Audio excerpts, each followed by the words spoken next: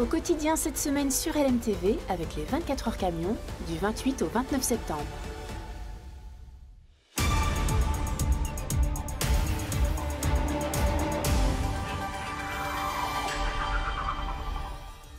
Bonsoir à tous, heureux de vous retrouver pour cette nouvelle édition d'Au Quotidien avec à la présentation ce soir Laure Girard. Bonsoir Laure. Bonsoir Anthony Piton, bonsoir à tous. Ce soir dans le JT, on parle de l'organisation de la santé en Sarthe. Avec Guillaume Laurent, le directeur général du centre hospitalier du Mans.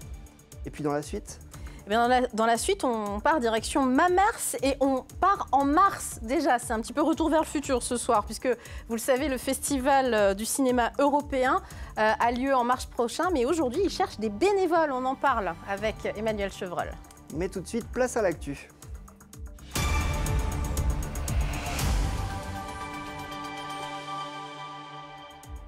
Avec au sommaire en cette édition du vendredi 20 septembre, un nouveau commissaire au Mans. Le divisionnaire Frédéric Ménard a officiellement pris ses fonctions lors d'une cérémonie ce vendredi. Nous y étions. Une fleuriste sartoise est en lice pour la Coupe de France des fleuristes. Et puis des 24 heures, vraiment pas comme les autres. On parle e-sport et inclusion à la fin de ce journal.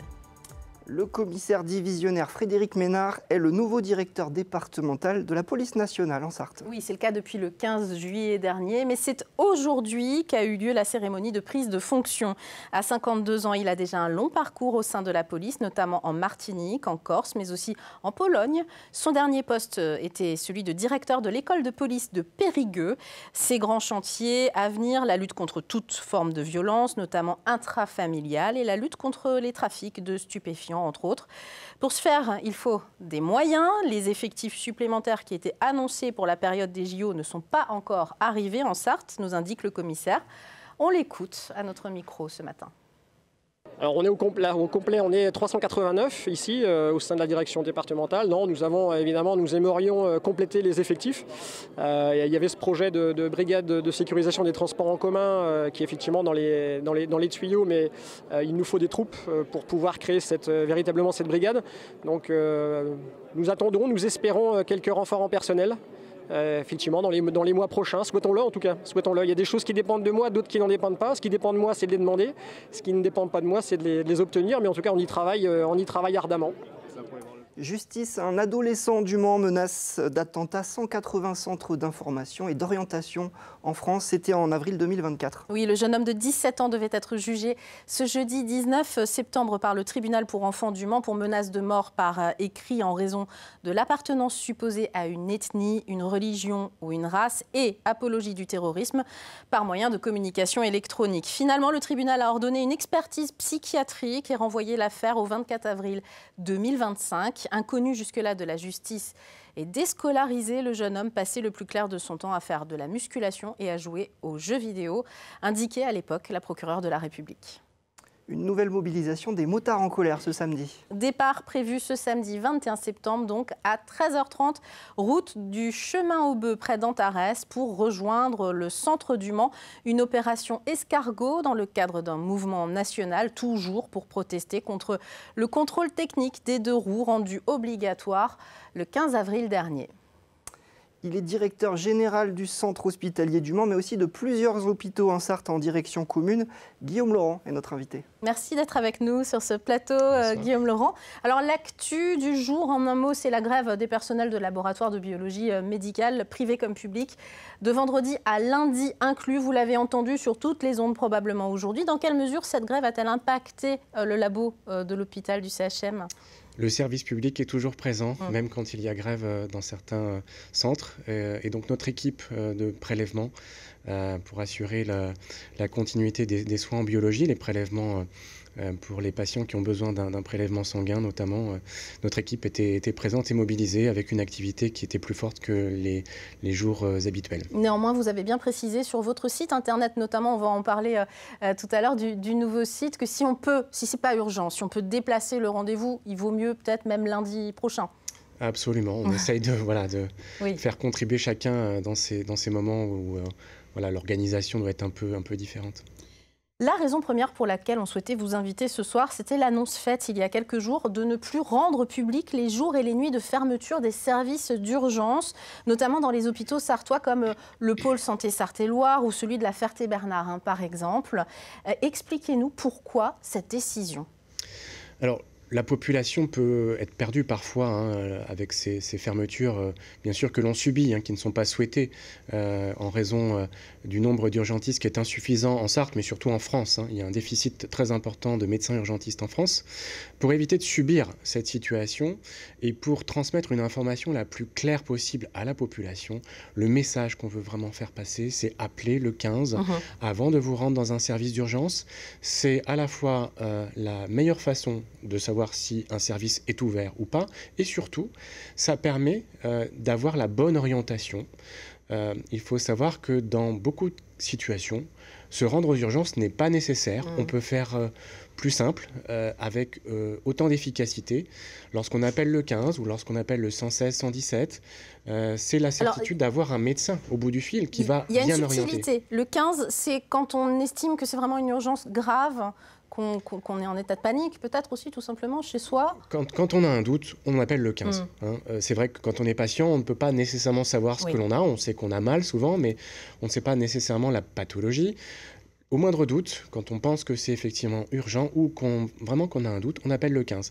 Après, le 116, 117, c'est plutôt dans une situation où on n'a pas de médecin traitant ou bien notre médecin traitant ne peut pas nous recevoir dans les 24-48 heures. Et là, il va y avoir aussi des conseils qui vont être donnés et éventuellement une orientation vers un cabinet de médecine générale qui sera disponible. Donc, pour être clair, on dit aujourd'hui ne venez pas spontanément aux urgences, mais appelez d'abord. Oui. C'est vraiment la garantie d'avoir une réponse, la meilleure réponse possible. Et la meilleure réponse possible, c'est pas toujours d'aller aux urgences.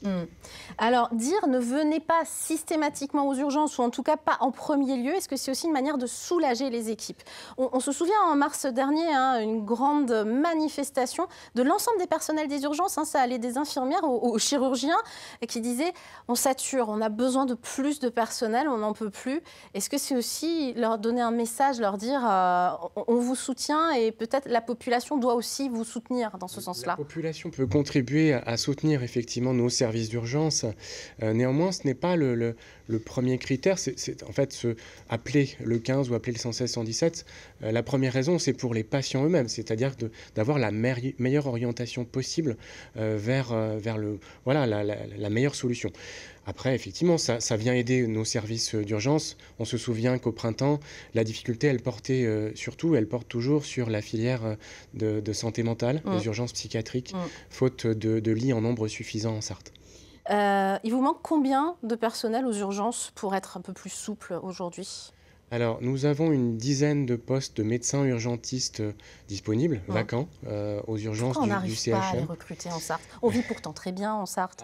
Je confirme, on vit très bien en Sarthe. Non, c'est une pénurie nationale. En réalité, même les grands centres hospitaliers universitaires, tout autour de nous, connaissent des déficits en médecins urgentistes. Donc c'est un déficit national. Maintenant, l'organisation qu'on propose, elle permet justement de s'appuyer sur différentes compétences. Nos médecins urgentistes sont très mobilisés et malgré les postes vacants, ils font des heures supplémentaires. Donc ils sont très engagés. Maintenant, on peut aussi organiser différemment les soins et notamment en appelant le 15, une orientation différente peut être faite vers la médecine de ville, vers parfois des pharmaciens, en fonction de la situation qui est évaluée au cas par cas. Vous parliez de la santé mentale, ça tombe bien, il y a quelques semaines, un rapport de la Haute Autorité de Santé attribue la plus mauvaise note à l'établissement de santé mentale de la Sarthe. L'établissement qui risque de perdre sa certification s'il ne met pas en place des mesures drastiques. La direction en a tout à fait conscience. Est-ce que ça a des répercussions sur le CHM ? Parce qu'on sait que vous travaillez en étroite collaboration avec le PSM de la Sarthe. Ce sont des patients que nous prenons en charge ensemble. Hôpital du Mans, établissement public de santé mentale, nous en sommes co-responsables quelque part. Et donc notre objectif et notre intérêt commun, c'est vraiment de travailler ensemble pour bien les prendre en charge. Ça commence aux urgences, mais il y a aussi évidemment d'autres lieux d'entrée vers une prise en charge en psychiatrie qui sont organisés par le PSM. tout élément qui permet de contribuer à l'amélioration de la prise en charge des patients. Ça veut dire que des personnels, par exemple du CHM, peuvent être détachés de manière temporaire, pourquoi pas à l'EPSM? C'est une possibilité? Nous n'avons pas de médecin psychiatre à l'hôpital du Mans. Nous n'avons pas une autorisation en psychiatrie. Ça ne fait pas partie de notre panel d'activités. On est plutôt dans l'idée de travailler ensemble sur site, au sein du service des urgences, pour bien prendre en charge ces patients qui restent et qui attendent parfois un lit en hospitalisation. Donc c'est plutôt ce travail-là de formation, ce travail de partenariat, d'échange d'informations, de prise en charge au quotidien en fait, de ces patients qu'on poursuit et qu'on améliore. Un mot sur le nouveau site internet du CHM, ch-lemans.fr, beaucoup plus clair, je dois dire. J'ai beaucoup navigué aujourd'hui dessus. Il y a les actus, par exemple la grève des laboratoires aujourd'hui. Tout est très clair, actualisé. C'était hyper important, j'imagine, cette refonte totale du site. Oui, merci de votre retour. Écoutez. Oui, pour nous, c'est évidemment très important de faire savoir ce que l'on fait. On peut prendre rendez-vous, on trouve les noms des médecins, etc.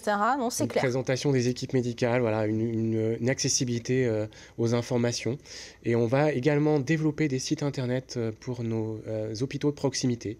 Saint-Calais, Montval, le pôle santé Sarthe-Loire, La Ferté-Bernard. Chaque établissement va être doté d'un site qui sera sur un look assez proche, puisqu'on travaille ensemble sur cette communication et ça valorise le travail de toutes nos équipes. Et on peut même voir le bulletin d'activité semaine après semaine. On peut savoir par exemple que la semaine du 9 septembre, il y a eu 885 appels au SAMU par exemple. Donc par jour, en moyenne. Donc c'est énorme, on se rend compte du travail colossal que les équipes de l'hôpital mènent chaque jour. Merci d'être venu sur ce plateau. Merci à vous. Il paraît que ça sent bon pour Anne Verlac. La Sarthoise représente le département pour la Coupe de France des fleuristes. Ça se passe les samedis et dimanches 28 et 29 septembre à Tours. Aux côtés de 7 autres candidats, elle portera même les couleurs des Pays de la Loire. Portrait de cette passionnée de fleurs et de transmission avec Elisa Cribier. Ça doit pas être un petit. Il faut que tu épures au maximum ton feuillage pour vraiment mettre en valeur la fleur. Transmettre son savoir aux jeunes, voilà ce qui a du sens pour Anne Verlac. De sa passion, la fleuriste en a fait son métier. Elle va représenter la région à la Coupe de France des fleuristes. Dès toute petite, j'étais attirée par les fleurs, dès le début. Très jeune, j'étais dans le jardin et j'avais mon propre magasin de fleurs dans le jardin de mes parents. Donc forcément, c'est paru comme une évidence à l'âge de l'orientation. J'ai fait un stage en fleuristerie et là, j'ai pas arrêté. Pas arrêter et même multiplier les activités. En plus des cours, Anne est aussi prestataire dans l'événementiel et les concours sont toujours dans un coin de sa tête. On donne envie aussi aux jeunes de peut-être en arriver là un jour. Parce que moi-même, c'est en regardant les concours quand j'étais à leur place aujourd'hui, que j'ai eu l'envie en fait, d'aller plus loin. Une revanche à prendre pour Anne, qui avait déjà participé à la Coupe de France il y a 9 ans. Lors du concours, elle devra réaliser une table, une tapisserie végétale et une ceinture, en plus des 3 sujets surprises à découvrir le jour J. J'ai repris il y a 1 an et demi. J'ai fait 2 concours l'année dernière où j'ai fait médaille d'argent et médaille de bronze, qui étaient un peu pour moi des entraînements en fait, pour arriver à la Coupe de France dans une semaine. Pour Anne, il ne reste plus qu'à aller cueillir une médaille le week-end prochain au Palais des Congrès de Tours. Ce samedi 21 septembre, c'est la journée mondiale du ramassage des déchets. L'association Wings of the Ocean, antenne sartoise, et le diocèse du Mans vous invitent à un ramassage citoyen de déchets à l'occasion de cette journée. Rendez-vous place des Jacobins à 14h entre le cinéma et le théâtre. Le matériel de ramassage vous sera fourni. 16h, pesée des déchets et bilan de l'action. Et 16h30, le plus sympa, le pot de l'amitié. Et puis le monument préféré des Français accueille une course un peu spéciale. Les 24 heures PS5 comprenaient PlayStation 5, une compétition de e-sport. Donc, concrètement, 8 équipes se disputent la mythique course sur console de jeu, avec une vue imprenable sur le circuit, un événement pour des joueurs issus d'ESAT, les établissements de services et d'aide par le travail, et d'entreprises adaptées, un moment d'inclusion qui donne le sourire qu'a vécu Colin Ancel. C'est parti! Le drapeau à damier fictif s'abaisse, pied sur l'accélérateur, c'est parti pour 24 heures. Dans l'enceinte même du circuit, une trentaine de participants issus d'ESAT français et allemands s'affrontent dans un jeu vidéo. On a l'impression de conduire sur le circuit quand on a le casque sur les oreilles. Franchement, c'est pas mal. Je suis un joueur manette. Le volant, c'est pas trop mon truc parce qu'il y a trop de sensations à gérer. C'est pas du tout facile. Un investissement entre 6 et 7 000 euros pour une vue imprenable sur le circuit où des Porsche roulent. Une pièce pour dormir et une salle de repos qui donne sur la ligne d'arrivée, pendant que les participants aussi parcourent cette piste virtuellement. C'est incroyable. Franchement, on a la meilleure vue, je dirais, du monde parce qu'on a le circuit devant nous, le circuit d'enjeu, l'ambiance, tout. C'est comme si on était au Grand Prix du Mans en juin, quoi. C'est génial. L'idée de ce concept n'est pas d'ici. L'association Les Papillons Blancs d'Alsace a organisé une première édition en 2022. Certains de ces pilotes sartois sont même allés en Allemagne et ont quitté la Sarthe pour la première fois l'an dernier. Le but de cette 3e édition, ici au Mans, rendre hommage à cette initiative, échanger et profiter. On a tous joué chez soi à la console, aux jeux de voiture. On joue un quart d'heure, une demi-heure, mais 24 heures, c'est éprouvant. À l'arrivée, ça reste assez émouvant, même si c'est virtuel, etc. Donc il y a un vrai engouement et on joue dans les conditions réelles. Alors les accidents sont vite arrivés, même si certains ont un peu d'expérience. Je joue comme ci, comme ça. Mais quand j'ai su là, il y a eu le concours, j'y suis remis. Je suis remis à fond dedans. La compétition se déroule jusqu'à 15h ce samedi. La course est visible sur la plateforme internet Twitch, sur la page EART72. On marque une courte pause, le temps de la météo, et on se retrouve dans un instant pour Au quotidien la suite. A tout de suite.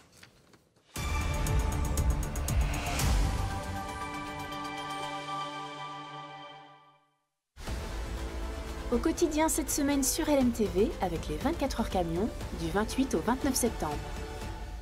Ce programme vous est présenté par la charcuterie Côme. À vos marques, prêts, grillés.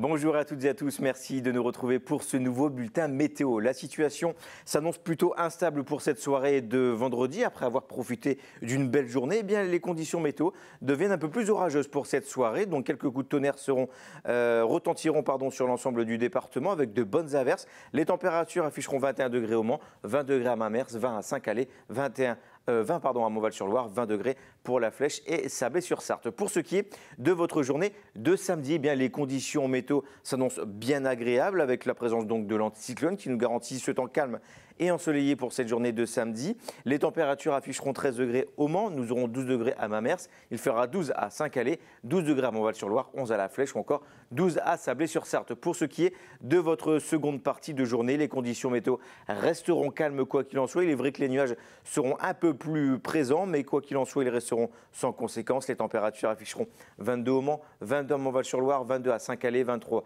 à Mamers ou encore 23 à La Flèche. Pour votre journée dominicale, les conditions météo vont commencer à se perturber avec la mise en place tout doucement d'un flux océanique, ce qui nous occasionnera ce temps relativement couvert pour cette journée de dimanche avec quelques averses. Les températures dans un premier temps resteront stationnaires. Nous aurons 21 degrés au Mans, 22 à Mamers, 22 à Saint-Calais. Il fera 20 au meilleur de la journée pour La Flèche, 21 à Sablé-sur-Sarthe ou encore 20 à Sieux-le-Guillaume. Et enfin pour votre journée de lundi, eh bien, il s'agira de conditions météo tout aussi maussades sur l'ensemble du département avec de la grisaille dès le lever du jour. Elle perdurera jusqu'au coucher du soleil.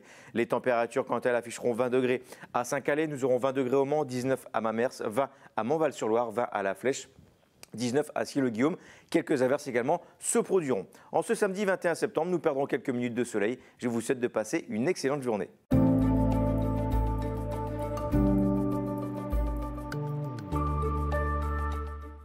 Ce programme vous est présenté par la charcuterie Côme. À vos marques, prêts, grillés. Au quotidien cette semaine sur LMTV avec les 24 heures camions du 28 au 29 septembre.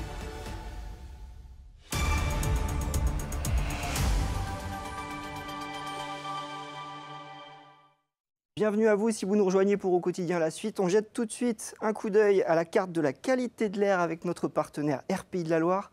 Avec l'arrivée de précipitations ce week-end, une diminution des concentrations en polluants est prévue, amenant des indices de qualité de l'air moyens sur l'ensemble de la région des Pays de la Loire. De bon augure pour vos sorties lors des journées du patrimoine ce week-end par exemple. Et on parle d'une sortie prévue en mars prochain avec notre invité Emmanuel Chevreul, coordinateur de Ma Mère sans Mars, le festival de cinéma européen qui fête en 2025 ses 35 bougies. Ça se prépare. Une annonce exclusive pour LMTV Sarthe. On a les dates de la prochaine édition 21, 22, 23. C'est ça que j'ai noté sur ma feuille. 21, 22, 23 mars prochain. 21, 22, 23 mars. Voilà. Pour la 35e vendredi 21, édition. samedi 22, dimanche 23 mars. Évidemment, on ne connaît pas encore la programmation. Ah bah non, on commence juste... Enfin, l'équipe de sélection des longs a démarré déjà cet été. Donc, ils ont déjà vu des choses. Il y a déjà des choses qui se détachent chez eux. Les cours, ils démarrent là. Mais ils vont en voir 800 d'ici Noël. Mais il va y avoir des nouveautés dans l'organisation, j'imagine. Pardon ? Des nouveautés dans l'organisation cette année. Alors, on a eu l'Assemblée Générale la semaine dernière. Donc, on commence à esquisser des choses nouvelles. D'abord, il va y avoir sans doute un jury de jeunes. Bien. Parce que, voilà, de jeunes lycéens, collégiens, lycéens, plutôt lycéens sans doute, avec les jeunes de l'option ciné-vidéo de Mamers, enfin de ciné de Mamers, mais aussi sans doute aussi avec des jeunes d'autres options ciné du département. Génial. C'est l'idée qui est née de l'Assemblée Générale. Après, sur l'organisation, il n'y aura pas... Voilà, on est à peu près sur le même type d'orga. Si, important aussi, dans les préséances, on pense faire une préséance à Montval-sur-Loire, Château du Loir, au cinéma des Récollets. On en fait une et on fera bien sûr toujours aux cinéastes. On fera toujours des séances pour les scolaires en amont du festival, y compris à Mamers bien sûr, mais aussi à La Ferté-Bernard. Mais voilà, on envisage de faire aussi une séance à Montval. Est-ce que l'équipe est complète ? Non, l'équipe n'est pas complète. On cherche encore des bénévoles. Alors, appel aux bénévoles, Voilà, on cherche deux types de bénévoles. On cherche des bénévoles qui dès aujourd'hui, seraient susceptibles de nous rejoindre pour participer à l'organisation. En fait, pour être même plus précis, on cherche surtout des bénévoles en ce qui concerne la logistique et puis des bénévoles pour s'occuper des bénévoles. Mais c'est hyper important parce que on a à peu près une quarantaine à préparer le festival. Et ensuite, pendant le festival, il nous faut une cinquantaine d'autres jeunes, ou pas jeunes d'ailleurs, qui nous rejoignent. Donc c'est pour ça que c'est très important, c'est un poste super important. Et ça, on est toujours un peu en recherche de... Comment on fait pour vous contacter ? Il y a Facebook, il y a Insta pour les plus jeunes. Alors il y a Facebook et il y a Insta pour les plus jeunes. Enfin, Facebook pour les plus vieux et Insta pour les plus jeunes. Merci, ouais. Bah oui. Je suis désolé. Mais, on n'est pas encore sur TikTok, donc voilà. Mais ça ne saurait tarder. Je pense qu'il va falloir par contre qu'on ouvre une page LinkedIn, ça me paraît important. Sinon, l'adresse, si vous avez de quoi noter, c'est festival.mamers.en.mars@gmail. Sinon, elle est sur le site internet et sur les Insta et Facebook. mamers-en-mars.com. On a 1 minute pour parler de 3 coups de cœur qui ont un lien avec, 1 minute par film, qui ont un lien avec le festival. Je vous propose de commencer avec Les Belles Créatures, un film, attention, de non, cherchez pas. Gomundur Arnar Guðmundsson, le réalisateur. Là, c'est de la contre-pub pour le film. Pardon. Alors, on est très content parce que c'est un film qui sort le mercredi prochain. Ouais. Et en fait, c'est le film qui a eu le Grand Prix du festival il y a 2 ans. Donc en 2023, et il n'avait pas encore eu de distributeur, donc on espérait qu'il sorte en salle. Et là, il sort en salle. C'est un magnifique film islandais, comme le nom de son réalisateur l'indique. C'est très très beau. C'est sur des jeunes. C'est assez péchu en même temps. C'est drôle, émouvant. C'est un peu fantastique aussi. C'est vraiment un film à pas manquer. Et il y a un autre film qui sort bientôt, c'est Vivre, mourir, renaître. Oui, alors pourquoi je parlais de coup de cœur ? Parce que Vivre, mourir, qui sort aussi mercredi d'ailleurs. Le 25 septembre. Parce que Vivre, mourir et renaître, c'est un film avec des gens qui sont passés au festival et qu'on aime beaucoup. D'abord le réalisateur qui est Gaël Morel, qui est venu 2 fois à Ma Mère sans Mars et que je ne désespère pas d'avoir une fois dans le jury, et que moi, qui est un de mes réalisateurs chouchou, et avec Victor Belmondo, qu'on aime beaucoup, qui est aussi venu à Ma Mère sans Mars dans le jury court-métrage il y a quelques années, alors qu'il était encore un peu moins connu. Et en plus, il y a une belle histoire autour, parce que sur ce festival où Victor est venu, il a rencontré un réalisateur qui s'appelle Olivier Payon, et ça a favoriser clairement, c'est ce que dit le réalisateur, le casting, c'est-à-dire que Victor a eu le rôle principal du film qu'Olivier a tourné ensuite. Il s'appelait Arrête avec tes mensonges, qui est un magnifique film qui est sorti maintenant il y a un peu plus d'1 an. Vivre, mourir et renaître de Gaël Morel. Un 3e coup de cœur pour finir ? C'est un film de François Ozon qui sort pas la semaine prochaine. Celui-là, ça sera le début octobre, le 2 octobre. Mercredi 2 octobre. Je l'ai vu en avant-première au Mans cette semaine. Quand l'automne. Voilà. Moi, j'ai beaucoup aimé. Tout le monde n'est pas de mon avis. François Ozon, il y a une vraie histoire entre le festival et François Ozon. Là aussi, François Ozon, on a été, il y a donc 35, alors pas tout à fait 35 ans, mais peut-être 32, 33 ans. On a été l'un des premiers festivals à diffuser ses courts-métrages. Et donc, il y a une vraie histoire parce que ça fait vraiment partie, et lui-même le dit, on fait partie des premiers festivals, si ce n'est le premier, à lui avoir vraiment donné, fait confiance, disons, et à l'avoir vraiment mis en avant. Donc, il y a une vraie histoire avec François. Et moi, j'ai vraiment beaucoup aimé Quand vient l'automne. Je trouve que le film est une espèce de polar psychologique. Un film choral à la Ozon, avec Balasco, Hélène Vincent, Ludivine Sagné. Très très beau film, voilà. Des coups de cœur à ne pas rater, sortis les prochains mercredis. Oui, Emmanuel Chevreul. Ah, allez, un scoop, allez. Ouais, un scoop. Sur les nouveautés. Ouais. J'ai pas fini, il y avait quand même 2 nouveautés importantes.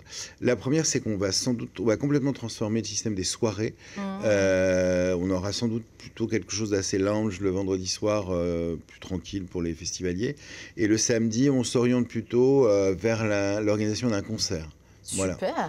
Et deuxième et dernière chose, on a déjà aussi le créateur, l'artiste qui va réaliser l'affiche. En fait, c'est le seul artiste qui a déjà réalisé 2 affiches, qui est sartois. Et qui est plus photographe, un peu cinéaste, beaucoup cinéaste. Il s'appelle Nicolas Boutruche. Génial, Nicolas Boutruche, champion du monde avec ses photos, en plus de photos. Entre champions du monde. Ouais. Bon, écoutez, beau scoop pour LMTV, Nicolas Boutruche. On peut encore gagner des places pour les 24 heures camion. Merci d'être venu en tout cas. mamers-en-mars.com. Merci Emmanuel Chevreul. Ça c'est pour les vrais, pour le oui. Bon, allez. Facebook, Insta, de toute façon les jeunes, ils savent, on joue. 24 heures pour les gagner ces places, il suffit de nous envoyer un mail à jeu@lmtv.fr pour participer au tirage au sort avec vos coordonnées, un petit mot gentil, ça fait toujours plaisir. À Laurence ? C'est Laurence qui fait le tirage au sort, donc c'est mieux. Et comme Laurence n'est plus là ce vendredi soir, elle vous répondra lundi matin. Attendez, soyez patients, attendez lundi matin pour avoir la réponse si vous avez gagné à jeu@lmtv.fr. On ne se quitte pas sans vous dire que ce samedi, 19h, première diffusion du débat sartois consacré au sujet des agressions, qu'elles soient verbales ou physiques vis-à-vis des élus locaux en partenariat avec Ouest France. Vous le voyez, Nicolas Carnec, le directeur départemental de Ouest France, était avec nous pour poser les questions aux élus locaux et c'était passionnant à enregistrer. C'est diffusé dans les conditions du direct ce samedi 19h, rediffusion toutes les 2 heures, donc dimanche de 9h, 11h, 13h, enfin toutes les horaires, vous pouvez les avoir sur notre site internet sans problème. Vous trouverez le débat sartois. Voilà, c'est la fin de cette édition d'Au Quotidien. On se retrouve lundi en direct à 18h30 sur LMTV. Et d'ici là, passez de très bons moments sur notre chaîne. À bientôt.